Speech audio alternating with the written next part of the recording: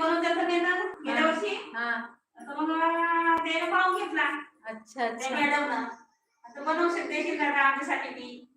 हो का. तर त्याने तिने म्हणून का पेपर बनवून द्यायचे. हे बनवलं. मस्त दिसतं ते. आणि हा बी बनवला.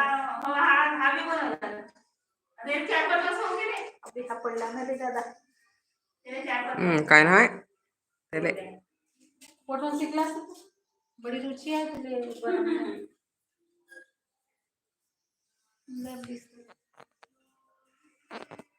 खर्च चालू करून ते बिझनेस टाकला.